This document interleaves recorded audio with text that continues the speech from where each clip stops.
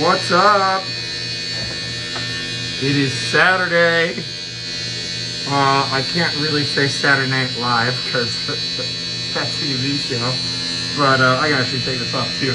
So we are on my bay. And I've been waiting to do one of these and talk about this. I'm just gonna wave at everybody. What's up, Elo? What's up, Christian? What's up, Kevin? What's up, Regina? Hi. And for any shapers that I know that want to jump in, I'll give you an invite if you want to join this chat, because it is a long-going debate, and I'm just going to get right into it. Long-standing debate in the surfboard industry. And Ian, you're jumping on. There's both Ians. Ian Zamora, Surfing Sucks. I'm going to send you an invite in a second. But here's the deal. I've been building surfboards for 20 years. If it's loud, I'm going to apologize right now because there's something outside making noise. But I think you guys can hear me okay. I'm pretty loud. So, yeah, building surfboards for 20 years. Started off like most as a backyard guy in a garage and hand shaping. I can honestly say I've been hand shaping for 20 years. I had to learn other ways to build boards when I broke my hand. And I think that was about 13 years ago. Literally shattered my knuckle. Had to have surgery, had a pin in my hand. Physically could not shape, and it was springtime and I had a lot of orders. So I basically digitized my entire catalog and I had to order cuts. And so ever since then, I've actually converted. I still have what we call spin templates. If you look around my room, I literally still have spin templates everywhere. But the glass shop I was working at the time, they had to shape my boards for me. So I literally had to learn immediately how to convert my files, how my intellectual property, into files. How to take something three-dimensional and turn it into an electric file. And like I said, I did it 13 years ago, and as soon as I could hand shape, I got right back into it. But it gave me a backup, right? And also, I thought what was really, really, really important is it gave my customers a blueprint of the board before it actually existed. So the original shaping method, it's all by hand. You pick out the blank, right? You order the blank, you know what the customer wants, and you measure it, and you put your template on there, and you carve it up. Which I've been doing it for 20 years. And it's nice to have that skill set, right, to fall back on. But ultimately, and this is what I wanted to get into, I don't think it takes away from the craft at freaking all if you are a CNC shaper, if you're a finish shaper. And the reason my tone changed, what do people think? Oh, the guy only scrubs. He doesn't hand shape. He doesn't know how to hand shape. There are plenty of talented shaper that only hand shape. And I'm shout out to the not the best, but maybe the most infamous one, and one that I've worked. I wish he was on here. Ryan Lovelace. His whole brand and ideology is based on hand shaping, and he's made it work. But when you have to run an entire operation and you're glassing all the boards, and it's your business, and you're doing the social media, and basically running the show, doing all the little things that your customers don't see, you physically do not have time to hand shape really at all. So going back to breaking my hand, I didn't know how to freaking design boards. Are you kidding me? You would just throw the freaking template on there, carve it up, measure everything out, and if you're good, you got it right. And you could replicate it. And there was cheats, right? That you can just replicate it. But the reality is, we're all human. We make mistakes. We make mistakes in shaping, sanding, hot coating, absolutely everything. And it can't be perfect every time if you're hand shaping. And the other thing is, let me go grab a cut. Let me go grab one of these cuts. Or actually that one. How about that one?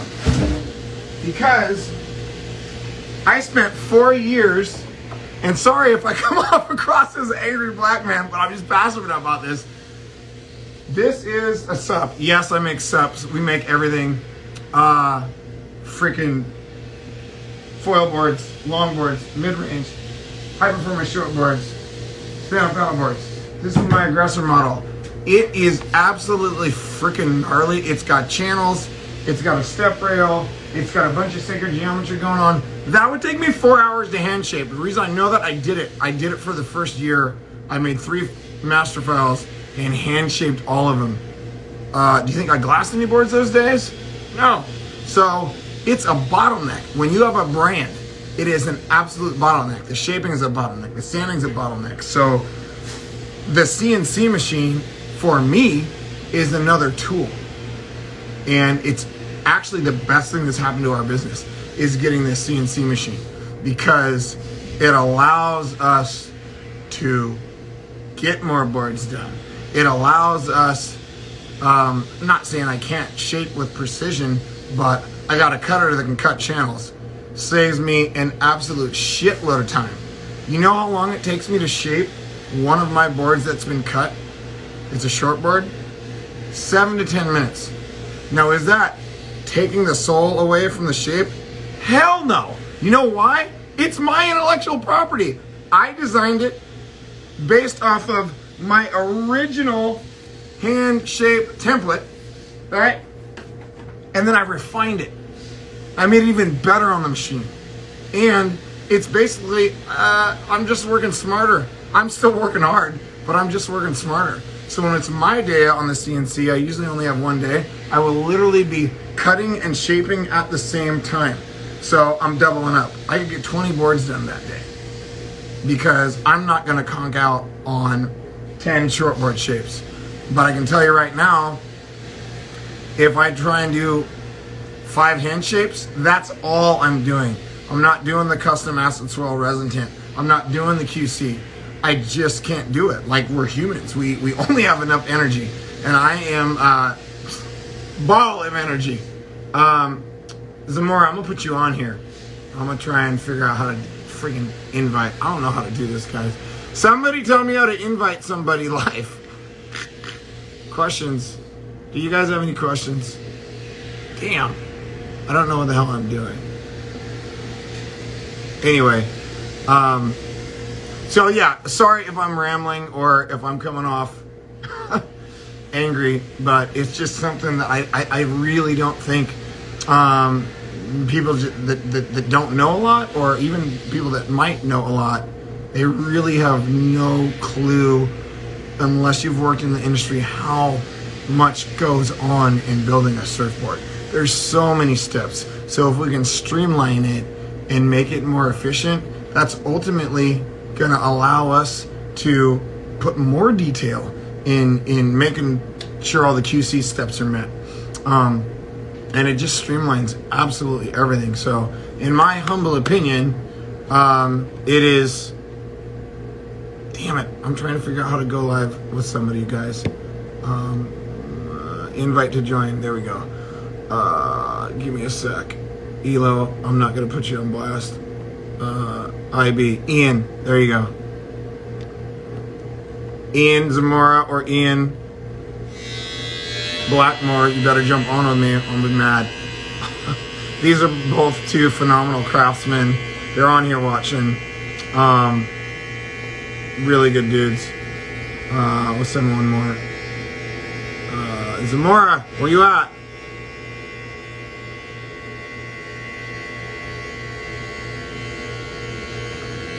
Jump on. You need the latest version to join. You know what? Kevin, jump on.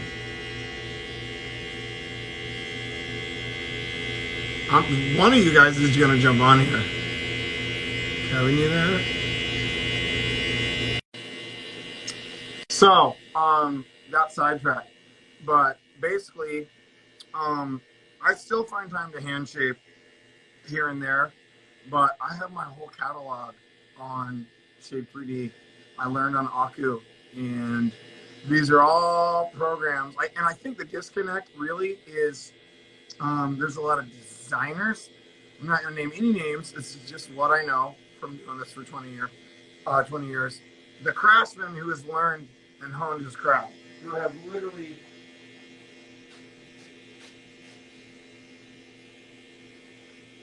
learned how to shape all his boards with that thing, gets a CNC machine, and then learns that. You think I knew how to run a CNC machine? Absolutely not. But because I have the shaping background, it's another tool, and it made my shapes even better. Because ultimately, it's an extension of my hand. It is an extension. It's what the planer is doing. It is what that thing making all that noise out there is doing. So I think it's pretty important to explain to people that don't understand. This is fun, and we love doing it, but it's heavy duty manual labor. These things weigh quite a bit, and you're gonna conk out after. I will say between 3 and 5 boards, depending on what you're shaping. But you do a batch of longboards, you're not doing more than 3 or 4 of those in a day. You have no energy. And yeah, do I like being covered in shaping dust? I don't mind it, but I would honestly rather sling resin and make functional art by throwing resin on the shapes. But yeah, ha, there we go, Kevin. Try designing edge boards by hand. CAD allows for some very advanced volume design methods that are not possible by hand shaping. Absolutely. ELO allows you to sell more boards. By me not being in here for 10 hours a day, it allows me to design more, get more boards out there, have more interaction with my customers, and ultimately manage my brand better. So again, it's not taking anything away from the shaping because I already know how to do it. I perfected the craft. I can shape anything by hand. And the CNC machine just makes my job a little bit easier. It's still a lot of work, but like I've literally had probably 12 planers, during my shaping career, and mastered all of them. Don't miss it at all. And again, I think somebody recently asked me how many hand shapes do you do? I don't care. The answer is irrelevant. I might do 1 or 2 a year because guess what? They're still hand shapes. Do my hands touch the board? My hands physically touch the board. It's my shape. I designed it. Just working smarter. Yeah. So that's what's up. Ryan, what do you think, Mr. Hawk? I'm gonna put you on here. I'm gonna have to update my app. I'm trying to invite you guys on here. LOL, Virginia. Y'all are funny. Sam isn't on here. I'm wearing an Earth Tech shirt right now. I'm just reading some of these comments. This is pretty cool. So let's see here. We got a request. Here's a request. Send request. Waiting. Oh my God! Wow! There's another guy with some melatonin in his skin. Some color. who also freaking owns a glass shop. Yep. Tell me real quick. Okay. Would you prefer to scrub or handshake as you own a glass shop? Now that I own a glass shop, yeah, I would love to catalog all my shapes because I have no time to hand shape anymore. See? Time. And I'm pretty old school. I've hand shaped and I've built my boards from start to finish for the past 20 years. That's why I wanted to get you on here, because there's this fucking debate and people think you finish shape. I hand shaped for 20 years. It's like, they want a board that's made, I guess, like with enough hours from that certain shaper, but now, especially with the pandemic, Oh, Ryan's on. Oh, Yeah. here we go. I'm gonna Dude. get so much shit for this. I know. That's why I wanted to get you on. But like, so sorry to interrupt you, but Loveless has made a whole business model out of the handshake, and I would say Yeah. he is the busiest I'm stoked for him. on the planet, and kudos. Yeah. Like, I love it. I honestly, I think that's dope. Do I wish I could be doing that? Maybe, but Sam just joined. I love building boards. There you go, Sam. I don't want to be in here, or it's not even that. I can't be in here, whether it be a planer or scrubbing for 10 hours a day, because I have to manage a factory. And so I think that's the hard CNC, part. it just allows you to be more efficient.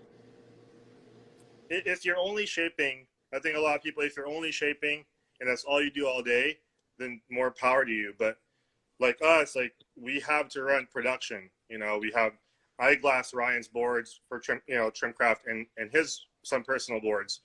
And, you know, I spend majority of the day babysitting my crew, you know, because there's always something to go wrong.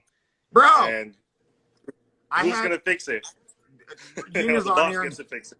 Yep, Regina's on here. She knows. We had a conversation about, I don't know, a couple hours ago. I literally was supposed to shape, put me in, coach. I was supposed to shape 10 boards today, all right? I come in, and I got literally a 6-pack of boards with the lambs on backwards. Yeah, and it's like, what do? And you know, it's like, by the time you who's fix fixing all that? that stuff, there's no time to shape. Nope. You know, and it's, And as we a have glass shop live. owner and having a surfboard label, my surfboard label makes me more money than my glass shop. So, Right? Dude, yeah. So, and I that's mean, the at thing. this point, you know, I can't even drive down to you to pick up blanks. I'm that busy. You know, we're always trying to figure out what to do and when to do it. And it's, you know, with the pandemic and the, you know, crazy amount of orders right now, time it's not money. slowing down. To me, No, and it's like, you know, shaping's the bottleneck. I could only be at the shop for so long. I can't be there like 14 hours a day. You know, I have, you know. No, because we've done that. We've been there and we've done that, and it's not fair to our families. They get the I'm high energy right now, but like Regina gets the shitty Ryan. She gets the exhausted, stressed the F out Ryan, as I'm sure Carla does, and it's not fair. Like we have families. You think I want to come in here at 6 or 7 in the morning? I want to be surfing my brains out. Because guess what? That sells boards. Yeah. And a lot of people don't realize that. You know, again, like I still hand shape every day, and I'm at that point where I am going to put, you know, my best sellers in the machine. And as much as I want to keep hand shaping, I love hand shaping. I love my, you know, my old tools. It's just, it's not, you know, physically possible to run a business and make a living out of it. You can't. I can't personally do it. If I'm just shaping, I'll shape all day, but that's not the case. It's you just nail on the head. Once you have to run a business that is building surfboards in that business, okay, you cannot physically hand shape and do all the other things required so that people that see said product won't think it's crap, right? Like you're doing the QC, you're doing the payroll, you're doing the social media. I'm cleaning the freaking bathroom. It's like, come on. You're cleaning the bathroom. Yes, dude. You're dispensing all the resin. You're freaking ordering the materials. It's just crazy. It's a never-ending story, and I think, people don't realize that. You know, people think that we have a full crew to do everything. That's not the case. You know. No. My rant last week was, we don't have enough craftsmen anymore, and we just have a bunch of shapers. You know, I think that's where. Hey! This is so sick. There we go. Yeah. I am so glad you jumped on, dude. There's not enough craftsmen or laborers out there to fulfill, you know, all the boards is getting shaped nowadays. Yeah. And it's hard, you know. Well, and I mean, I wish I could be like Ryan's just shaping all day. You're on Instagram Live with Ian. I think the takeaway too, and I'm glad both of you are on here because you both have said stuff in posts recently that the industry, maybe people are too afraid to say, or our consumers just don't get it. But basically, uh, there was a Hang on, I'm pandemic. trying to There is a pandemic. I feel like can't hear you surfboard guys. One sales are sec. at an all-time high right now, and we have like this baby boom of beginners that started surfing when the pandemic hit, and now, you know, maybe they were on soft tops a year ago. Now they're converting to real boards, Yep. so we're I'm having getting trouble even hearing you guys. busier. And whether the industry can sustain that or not, like Nope. we're having the gnarliest supply chain issues ever, and we're getting blamed as a craftsman and business owners. We're getting blamed, and it sucks. I totally understand that. And I wish yeah, we Ryan made I a wish post we about can that. build Was awesome. boards faster, but you know, it's like it's just not physically possible to get boards done fast enough. Even if my shop ran 24 hours, it's the way that we're building boards are still it's still so archaic that nothing's changing. You know, so we just kind of have to. What do you think, Ryan? I'm just like speechless because my mind's going like a million miles a minute. These are all the conversations that each of us, as well as every shaper we've ever each known, has daily, if not weekly, with each other. I just first of all think it's really cool you guys are doing it in a live format because it's a really if this industry is something that we want to see continue, this is something that we all need to address and we all need to figure out because it's driving us all crazy. Well, you want to hear something nuts? So what happened before the pandemic is the tariffs were passed, so that all the stuff coming from overseas got taxed. So we had not all, but a lot of people jumped ship from getting boards done over there and started going back to the glass shops. I won't name the name or the label, but actually a friend who was a longtime customer who had you know, a label and had a factory, didn't have a factory, but contracted out a lot of his boards overseas. Okay, stopped production overseas because of the tariffs. That is too much, dude. I don't know what to do. I'm sitting here listening to you. So he stopped that production because of the tariffs. And as soon as we got hit, whenever it was last year, I think July, so when we all got smashed, he went back to overseas production because he could get the boards from overseas faster than he could get them from freaking shops in the U.S., which means 3 to 4 months. I mean, you've got right now, I mean, everyone said it a million different ways, but you got right now not only more people that have want surfboards than have ever wanted them before by a factor of probably 3 or 4, like it's crazy, mixed with a manufacturing process that was already in decline even before that demand hit it, plus material shortages on top of that. You didn't even get a leash plug. What do you fins, leash plugs? I couldn't get resin. I couldn't get my bioboxy. Like, I bet. Yeah, I'm over here, so I'm in Hawaii right now for a little context, and I just got a 5-gallon of resin, and 5 gallons usually about $100, 110 retail. I just paid $235. Yep. $235 for 5 gallons of resin. Wait, are you up there glassing? Yeah. Dude, I'm doing everything start to finish over here right now. Not all of them. That's crazy. $235 for a fiber? I bought a couple of them and I didn't look at the receipt because I always just assumed I know the prices of stuff. Yeah. And I looked at it and I taped it to my wall. I was like, this is insane. Insane. And that fiber doesn't go very far. No, that's 5 boards or less for the stuff that we're making. Right. I was going to say, I'm Kelvin. That dude, the other thing, I do feel like because the demand is through the roof, maybe we're starting to get paid what we are actually worth. I think we're getting there for sure. Yeah, I think we're getting there. The prices have definitely continued to go up.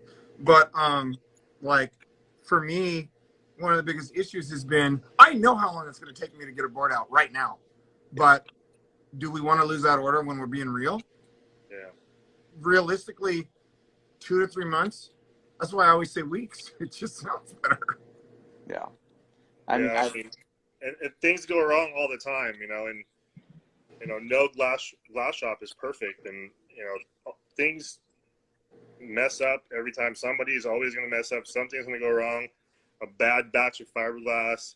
There's always something happening, you know, that will put production back. And it's like a chasing game. You know, you think you're set. You're like, oh, good, we're good this week. Man, something's always going to come up. Yep. And you're like, now I'm behind like 3-4 days. Yep. It's waiting for you every time you open the door to your shop. And you don't get that time back. Or God forbid you want to go out of town. You know how hard I have to work so that I can go out of town? Like, it's crazy. So I don't know. So what- I think these conversations, like, I respect the shit out of you guys, and because we really do all have that handshake ethos and background, and Ryan's lucky enough to still get to do that and has made his whole brand off of that. And that's, and you know, like, it's really good. People, really cool. I know some people that, like, you know, talk shit all the time, but they don't see the blanks coming in. Like, you know, like Jeremy will deliver 10, 20 blanks at the shop, and they're good. They're not like bullshitting around. You know, they're consistent. You guys are consistent, and they put their time into it. It's not like, oh, we're just gonna, like, you know, kind of half shape these things because we're not getting paid full pop for it. You know, and they take their time and they take pride in what they do, and which is great. You know, I'm super stoked on it. So. There's a huge opportunity right now, and it's in the younger generation. I mean, it's funny that we're talking, Ian. How long ago was it that you and I were the quote younger generation? Right. I mean, we're all three of us. We're kind of like all started at the same time, about 20 years ago. So I mean, there's a lot of guys that are now our age when we all met, say in their early 20s, that really do want to do it, and they want to do it. They want the handshaped process or the handmade process. I won't even whittle it down to handshaped because that's handfuls of guys in the whole country. Yeah. But they really do want to learn it. They really do want to put it out there. There's not that many forums, not online, just, I mean, a entity that's going to back it up, that's going to actually help them achieve that. It's a really hard road to do it yourself. Social media helps, but it also completely blurs the entire image. You've got so many guys that build world-class surfboards that nobody even knows about because they're not good at social media, or they can't take a clear photo with their phone and make it look nice. And then there's guys that are marketing agencies putting out thousands of boards a year. And you're just like, holy. We know. I already know this whole thing. This whole thing always to me comes out, because I'll just go in my head all day about it, and I know we've all had these same conversations. It always comes down to the consumer understanding what they're purchasing. Yeah. So I think if we're all going to try and solve it, or at least try to ease these frustrations and the kind of sticking points, it's in communicating with the consumers. I mean, they've got to know why handmade is different than hand shaped, is different than imported, is different than X, Y, and Z. Not saying that the conversation's always been, oh, this is better than this because this is more core than that. That's not a conversation. Yeah. The conversation is just understanding what someone's spending money on. Yeah. And that's it. Every process has a time and place too, and it's, you know, not to say that machines are not good. You know, I mean, can you imagine like all the guys in the North Shore, like hand shaping those shortboards that could break like the first wave? No, and you can't service this industry without machines right now. Yeah. You know, and people the consumers need to realize and understand, like what you said, what they need to be educated what's going on. It's not just because hand shape just makes everything better. You know, it doesn't go that way. What if that certain shaper is 80 years old now, can't hand shape, but has the most insane designs. There's only one way, you know, and those are arguably the guys worth supporting the most.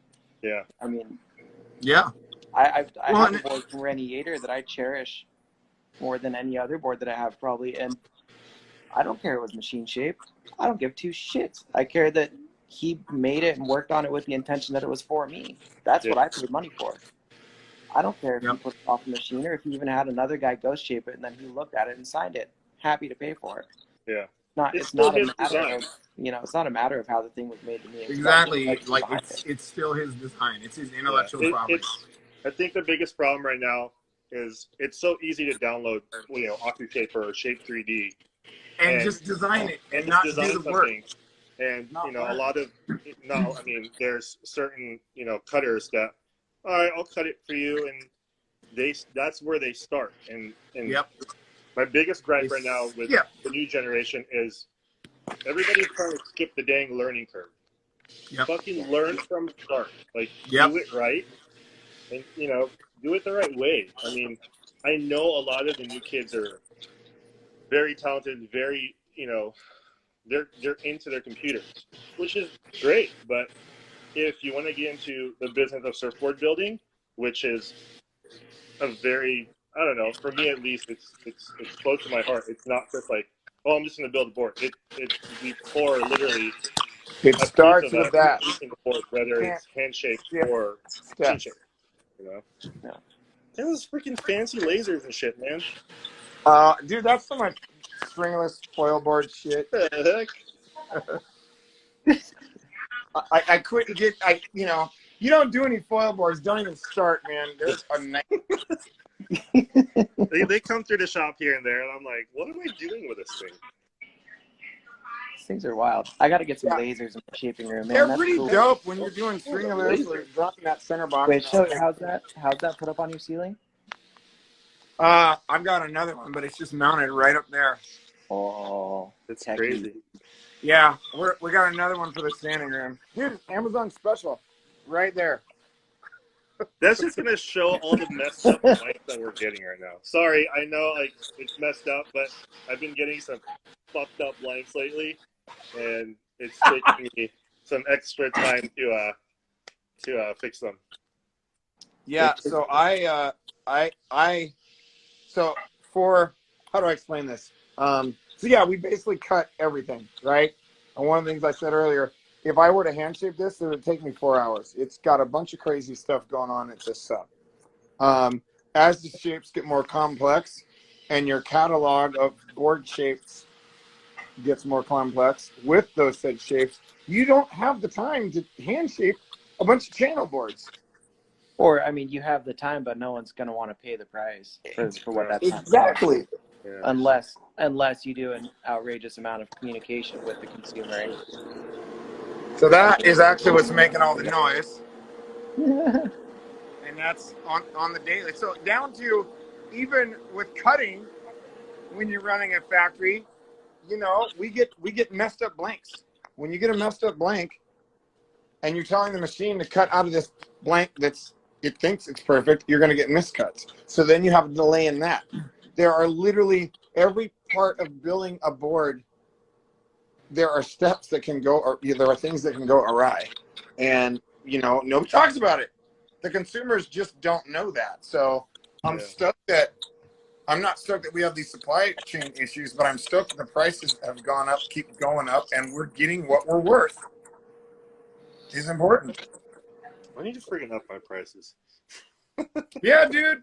Honestly, working with all the labels I worked with was one of the best things I did because it validated my own shit, right? And like Lost, CI, Ryan, you guys sell your boards for a premium, so I wasn't doing said labels any favors by selling my shit for less. No. Yeah. And I think, for all the brands that get stuff overseas, these boards are made by surfers for surfers, and that shit is really important because we understand how a slightly different lap that is cut, right, affects the flex of a board. There are little nuances and things that surfers as craftsmen know. When you get boards that are built overseas, you don't get that shit. And that's just one example. I don't know. What do you guys think about overseas production? I mean, I'll have these kind of overarching statements like that I'll make, but then I realize, you look through all the different factories and just in California or anywhere, and they all vary so much. So everybody has a different way down to What's that? Everybody has a different, every factory has different techniques and different ways, they're set up differently. And none of them are the same. And Mm-hmm.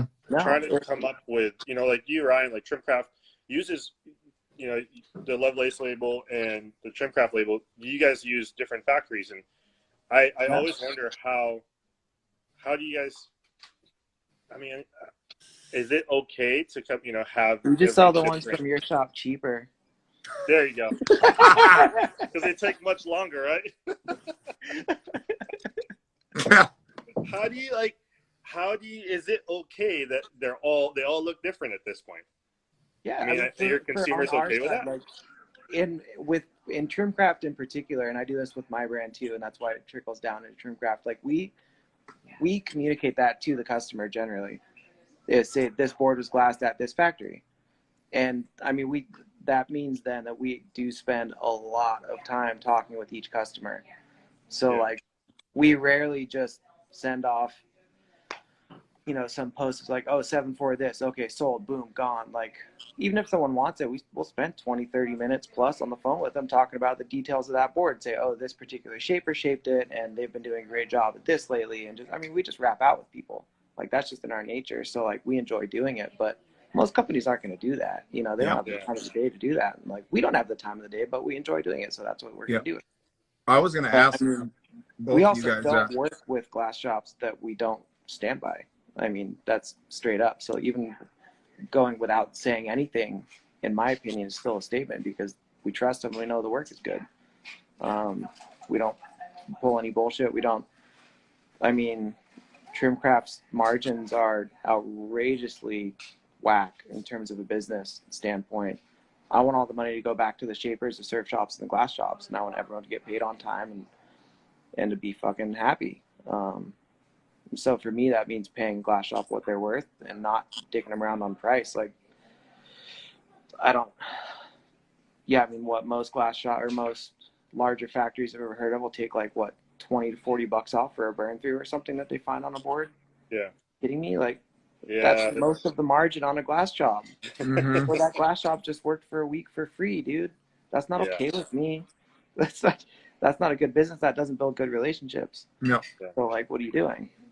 But I think the other thing that sucks that is in our industry, and it's pretty prevalent, but with things that are going on right now, it's kind of changing. At least this is my experience right now, is the consignment model. Yeah. The consignment model killed the local shaper. Yeah. It killed the local craft being offered at said local shop. Yeah. And the only brands that can afford to float boards are the It top 10. costs so much. People like, so there's a few shops that be like, hey, you know, can you put in like 5-10 boards? I'm like, in consignment or, you know, net 30. I'm like, dude, do you realize like how much it costs to build, you know, to build those boards? And so do you think I have the money to just like lay around like to float 10 boards just like that? let me break this down because a lot of people, at least if I zoom out and think about, like, I didn't understand before I was in business what this discussion even means in terms of how people get paid for boards before they get to a surf shop.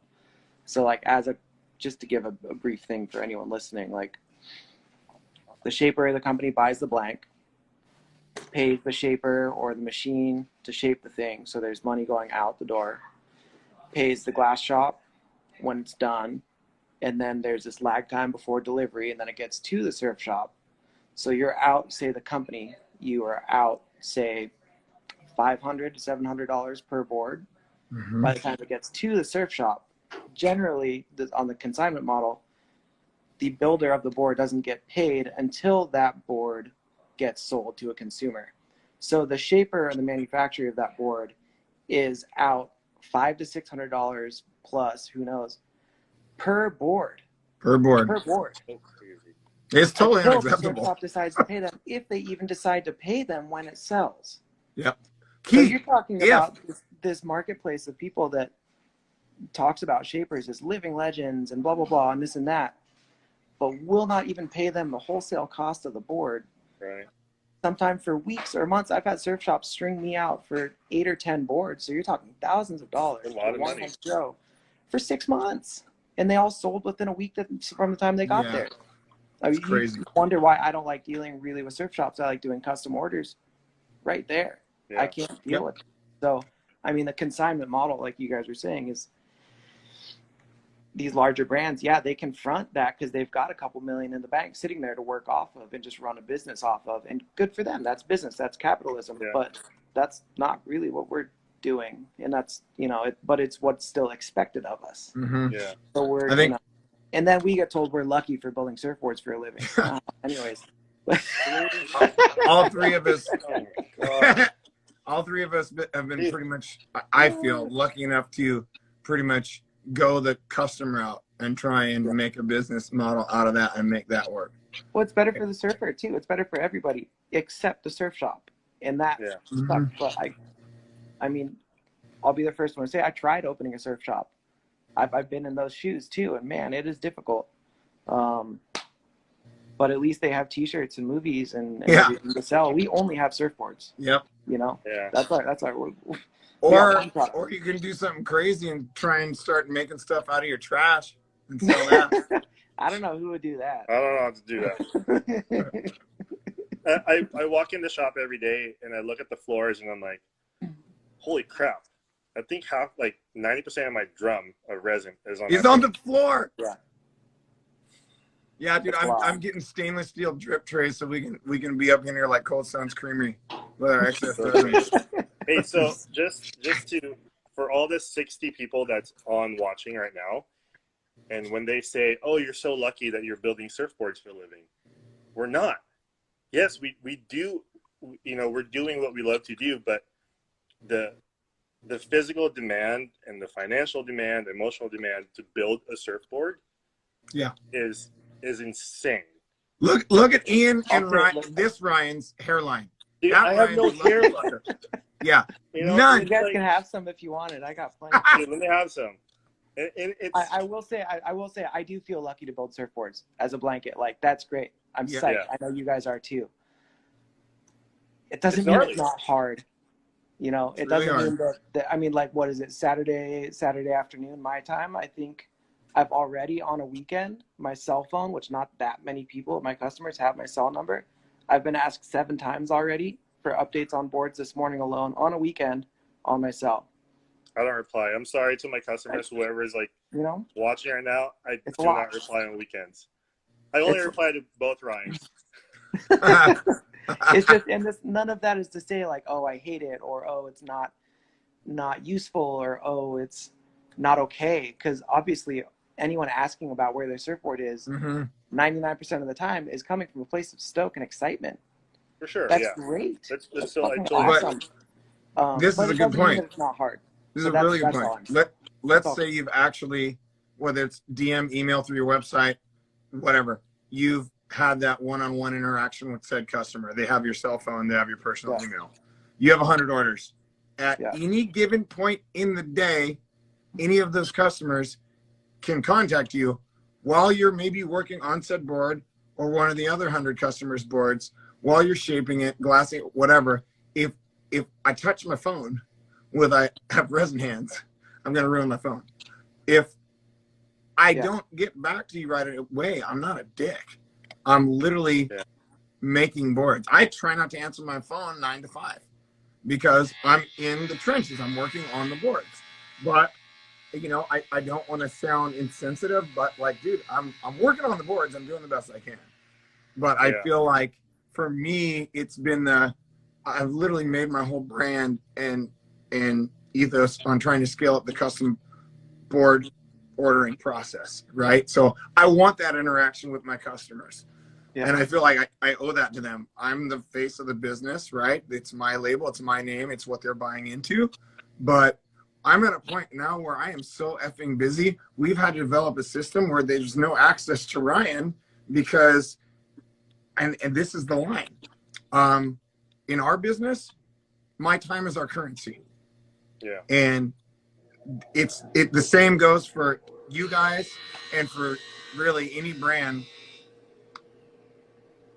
where the head guy is doing everything. I always trip out because I've had some guys come at me on Instagram comments or something and say, oh, someone's, you're doing this for the money, or, oh, your boards are so expensive, blah, blah, blah, blah. I'm like, dude, any one of us is smart enough to know that we can make a lot more money doing almost else. anything other than what we're doing for the amount of effort that goes into it.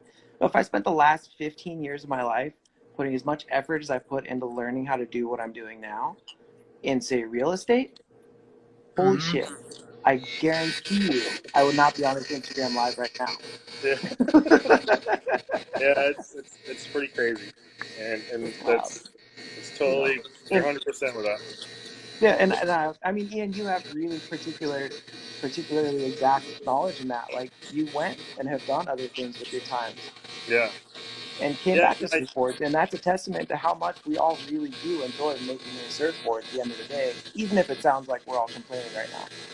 yeah. I mean, you know, At the end of the day, for me, when my customer is happy, it's worth it.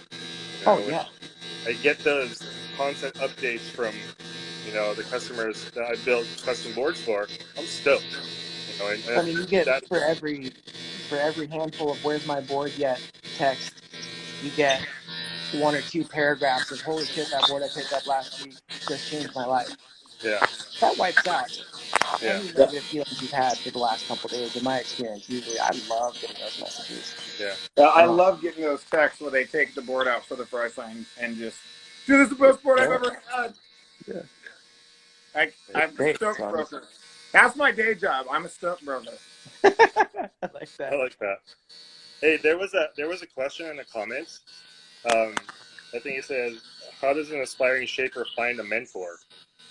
And it seems a touch challenging to find someone willing to grab a youngster and pull them under their wing. What do you guys? I think we've all been there, and I'll answer that. Be persistent. Yeah. Don't Show up. expect to get paid, and just be a fly on the wall and sweep the floors, and start there, Keep coming back. and keep coming back. I'll have people cruising the shop all the time saying, "Hey, I want to come, come work for you. You have any positions?" I'm like, "Well, I don't really have like job titles to give out. Like, I'm just trying to put it together every day and figure it out. But if you come back tomorrow, there's probably something to do. Yeah, And make sure you come back the next day. It's probably something to do that day too. And then just make yourself useful. Show up. I mean, Jeremy, who was watching, I think he still is. He commented a bit ago. He's Common Folk. He manages the West Coast Trimcraft production for us. Like, he just showed up, kept showing up, it's so made himself really useful, and it's perfect. He's fantastic. Honestly, Trimcraft wouldn't be working without him. It's great. Show up, keep showing up, and make yourself useful. Eventually, the planer time comes. And also, on your time not working at the shop, go make surfboards for fun. I got just one. Get stuck into it. My Forge boards win a board through a giveaway. So my 19-year-old CNC tech, who is now a color laminator, he's 19 years old. He's a badass.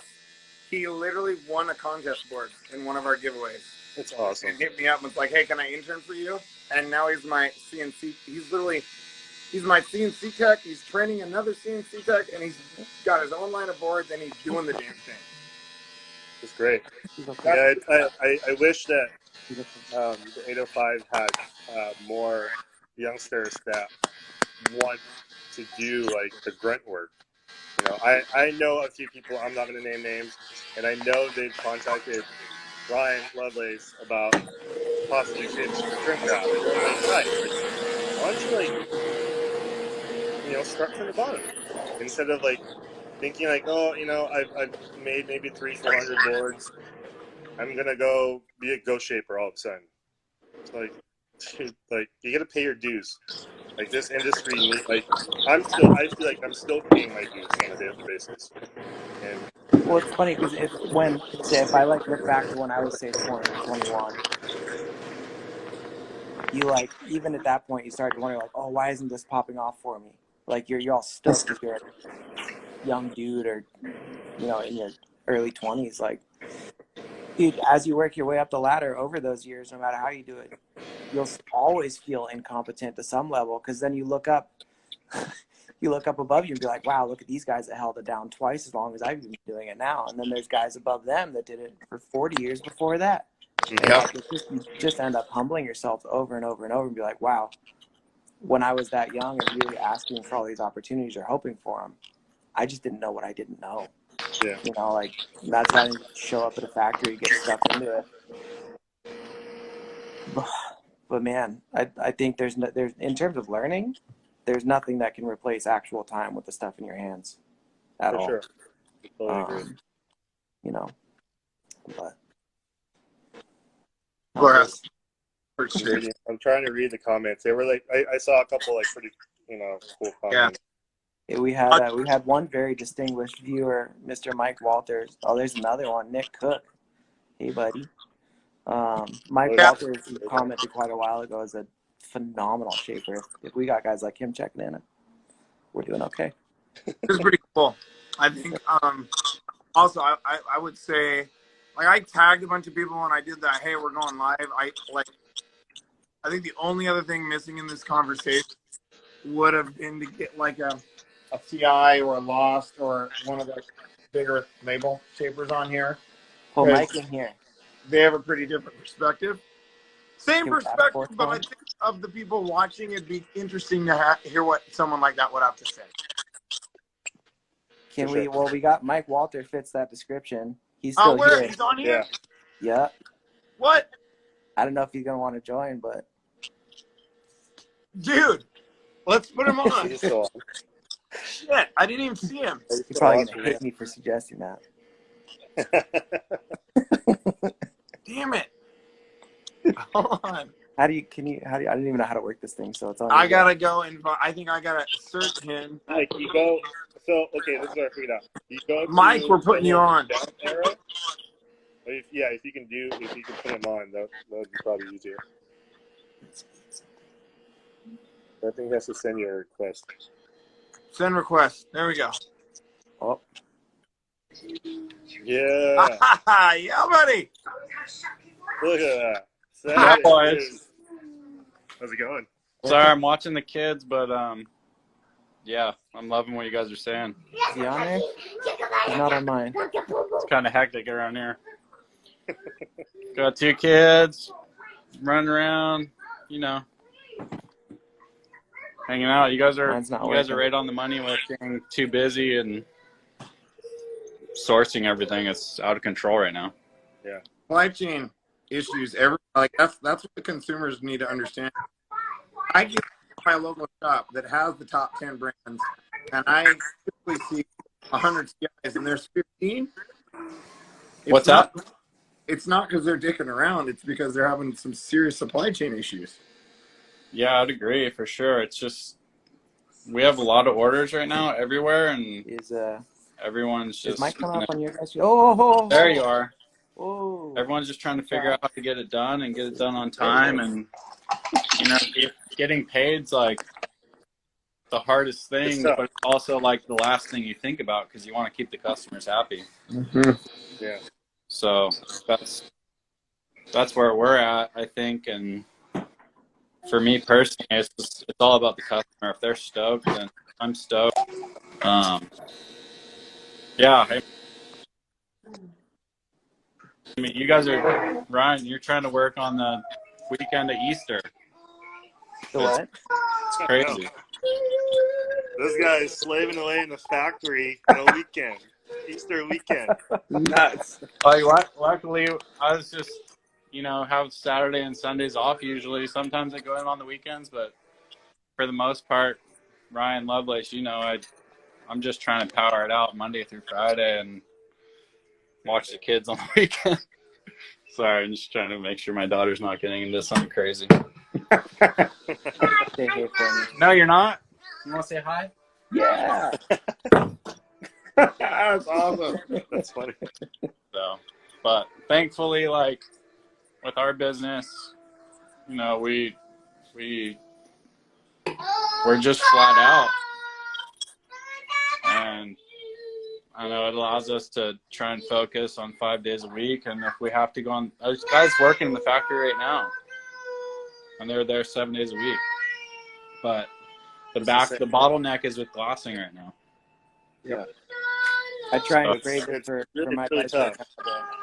You guys The know. average glass shop wait's gone from like 3 to 8 weeks. From like now it's like 10 weeks to